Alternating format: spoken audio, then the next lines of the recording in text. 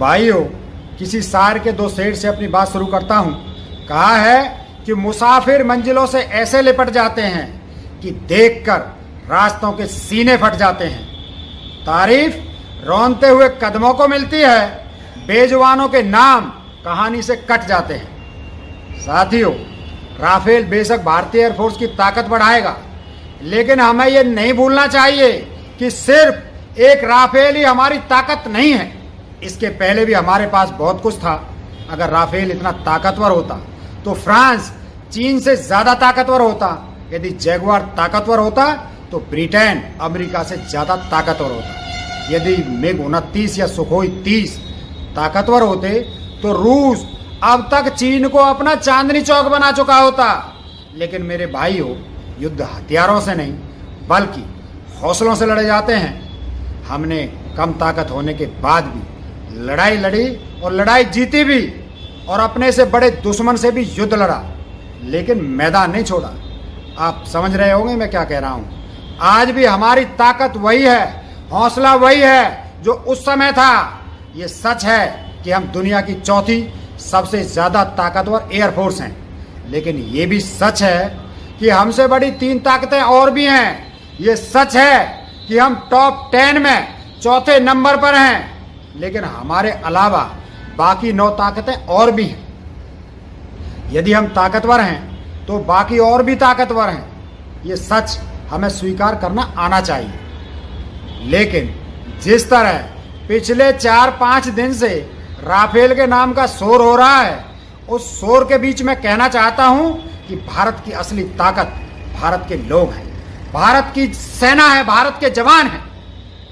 इसलिए जहां सरकारी मीडिया राफेल के नाम का गुणगान कर रही है, आइए हम अपनी एयरफोर्स का गुणगान करते हैं, क्योंकि राफेल चलकर हमारी एयरफोर्स में आया है। इसीलिए राफेल से बड़ी हमारी एयरफोर्स है। आइए अपनी एयरफोर्स की ताकत की बात करते हैं। जब सरकार एक जेट की तारीफ कर रही है, हम अपनी सेना का सम्मान करते हैं। आज भारतीय एयरफोर्स की ताकत राफेल नहीं बल्कि इसके पहले के जेट्स हैं, जिनमें एवरो जो 452 किलोमीटर की स्पीड से उड़ता है और इसमें 48 जवान बैठ सकते हैं, या 6 टन का लोड लेकर उड़ सकता है। एम्ब्रायर, आज तक जिसका एक भी एक्सीडेंट नहीं हुआ, जो विमान है एम्ब्रायर, जो हमारे देश के वीवीआईपी नागरिकों की यात्रा में शामिल होता है। फिर आता है चीता हेलीकॉप्टर। फ्रांस में बना चीता 3 लोगों को बैठाकर 121 किलोमीटर की रफ्तार से उड़ता है और 4 मिनट में 1 किलोमीटर की ऊंचाई पकड़ लेता है। फिर चेतक हेलीकॉप्टर है, ये भी फ्रांस का बना हेलीकॉप्टर है। ये 6 पैसेंजर और 5 क्विंटल वजन उठाकर 220 किलोमीटर की स्पीड से उड़ सकता है। Mi-17 V5 एक नेविगेटर हेलीकॉप्टर है।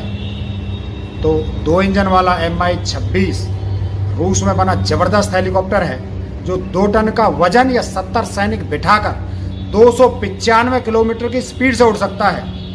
रूस में ही बना Mi-25 और Mi-35 हेलीकॉप्टर अपनी नाक पर 12.7 mm रोटरी गन रखता है और स्कॉर्पियन एंटी टैंक मिसाइल रखने वाला हवाओं का गुंडा हेलीकॉप्टर है, जो 1500 किलो का वजन उठाकर 310 किलोमीटर की स्पीड से उड़ सकता है। इनके अलावा अपाचे, चिनूक, ध्रुव जैसे हेलीकॉप्टर भी हमारी सेना में शामिल हैं। फिर अमेरिका का बोइंग 737-200 है, जो 60 सैनिकों को लेकर 943 किलोमीटर की स्पीड से उड़ता है। और जर्मनी का डॉर्नियर, जो 2057 किलो का वजन लेकर 428 किलोमीटर की स्पीड से उड़ता है। अब इनसे भी भारी वजन उठाने वाले IL-76 प्लेन हैं, जो 23 mm की गन रखते हैं और 40 टन का वजन या 225 सैनिक लेकर 850 किलोमीटर की स्पीड से उड़ सकते हैं। C-17 एयरक्राफ्ट से 40 से 70 टन का वजन उठाकर एक बार में ही 9000 किलोमीटर तक उड़ सकता है। फिर C-130J, जो दुनिया के सबसे बड़े विमान कहलाने वाले विमान हैं, वो 17 देशों के अलावा भारत के पास में भी है। फिर Jaguar MiG 21, MiG 27, MiG 29, Mirage 2000 और आवाज की गति से 2.5 गुनी रफ्तार से उड़ने वाला सुखोई 30 MKI जैसे खतरनाक विमान हमारी सेना की शोभा बढ़ाते हैं। लेकिन इन सबसे ज्यादा खास है हमारा अपना तेजस। ये वही तेजस है जिसका अपमान आज सरकारी मीडिया कर रही है। ये सरकारी मीडिया विदेशी विमान की इतनी तारीफ करके हमारे हिंदुस्तान एरोनॉटिक्स लिमिटेड के वैज्ञानिकों का मनोबल गिरा रही है।